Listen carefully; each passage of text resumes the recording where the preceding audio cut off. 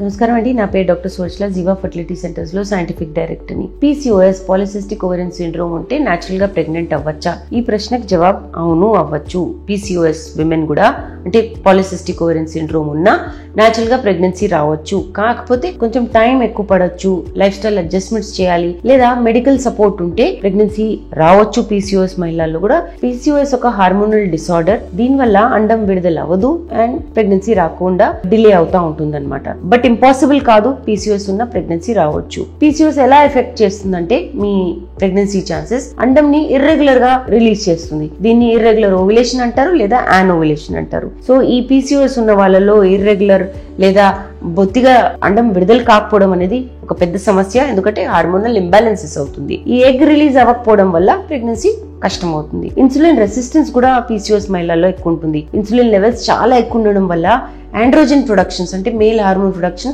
ఎక్కువ అవుతుంది. దీనివల్ల అండం విడుదల అవ్వకపోవడం అనేది జరుగుతుంది. హార్మోనల్ ఇంబ్యాలెన్సెస్ కూడా ఉంటాయండి, అంటే కరెక్ట్ గా ఉండవు హార్మోన్స్. ఏవి? ఈ లూటినైజింగ్ హార్మోన్ అని, ఆండ్రోజన్స్ మేల్ హార్మోన్స్ అన్నాను కదా, దీనివల్ల ఫాలికల్ సరిగా డెవలప్ అవ్వదు, దాంట్లో పెరిగే అండం కూడా విడుదల అవ్వకపోవడం అనేది జరుగుతుంది. సో మీరు ఎలాగా న్యాచురల్ గా ప్రెగ్నెంట్ అవ్వాలంటే కొన్ని మార్పులు చేయాలి. First lifestyle modifications. దీంట్లో weight management most important. PCOS women mostly లావు ఉంటారు, కానీ 5 to 10% బాడీ వెయిట్ లాస్ చేశారనుకోండి, అండం ఈజీగా విడుదలవుతుంది. దీనివల్ల ప్రెగ్నెన్సీ కూడా వచ్చే ఛాన్సెస్ ఎక్కువ ఉంటాయి. హెల్తీ డయట్ తప్పకుండా మెయింటైన్ చేయాలి. ఈ లైఫ్ స్టైల్ మోడిఫికేషన్ లో లో గ్లైసెమిక్ ఇండెక్స్ ఉన్న ఫుడ్ తినండి, అంటే హోల్ ఫుడ్స్, జొన్నలు, సజ్జలు ఇవన్నీ తినండి. రైస్ కొంచెం అవాయిడ్ చేయండి. లీన్ ప్రోటీన్స్, హెల్దీ ఫ్యాట్స్ ఇవన్నీ తింటే ఇన్సులిన్ సెన్సిటివిటీ ఇంప్రూవ్ అవుతుంది, అండం అనేది విడుదలవుతుంది. ఇన్సులిన్ రెసిస్టెన్స్ ని ఇంప్రూవ్ చేయడం ఎక్సర్సైజ్ తో చేయొచ్చు.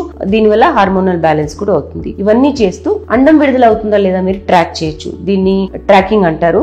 బేసల్ బాడీ టెంపరేచర్ ద్వారా, అంటే టెంపరేచర్ మారుతున్నప్పుడు ఓవ్యులేషన్ ప్రిడిక్టర్ కిట్స్ దొరుకుతాయి, లేదా సర్వైకల్ మ్యూకస్ ట్రాకింగ్ స్కానింగ్ కూడా చేసి అండం పెరుగుతుందా విడుదలవుతుందా అనేది చూసుకోవచ్చు. నేచురల్ సప్లిమెంట్స్ కూడా ఉంటాయండి కొన్ని, మాయో ఐనోసిటాల్, డీకైరో ఐనోసిటాల్. వీటి వల్ల ఇన్సులిన్ రెగ్యులేట్ అవుతుంది, అండం విడుదల అవ్వడం అనేది మంచి ఛాన్స్ అనమాట ఈ మందులు వేసుకుంటే. omega-3 ఫ్యాటీ యాసిడ్స్ కూడా చాలా మంచిది, హార్మోనల్ బ్యాలెన్స్ ఉంటుంది. విటమిన్ D డెఫిషియన్సీ ఉంటుంది PCOS మహిళల్లో, అది వేసుకుంటే కూడా ఫర్టిలిటీ ఇంప్రూవ్ అవుతుంది. మీకు ఎప్పుడు మెడికల్ సపోర్ట్ కావాలంటే 6 to 12 months మీరు ట్రై చేశాక ప్రెగ్నెన్సీ రావట్లేదు, మీరు PCOS అని తేలిన తర్వాత తప్పకుండా ఒక డాక్టర్ ని సంప్రదించండి. వాళ్ళు మీకు ఓవ్యులేషన్ అవ్వడానికి మెడికేషన్స్ ఇస్తారు. క్లోమిఫిన్ సిట్రేట్, లెట్రోజోల్, ఇన్సులిన్ సెన్సిటైజింగ్ ఏజెంట్స్ అంటే మెట్ఫార్మిన్ లాంటివి, లేదా ఓవరియన్ డ్రిల్లింగ్, ఒక చిన్న సర్జికల్ ప్రొసీజర్, బట్ చాలా రేర్ గా చేస్తున్నారు.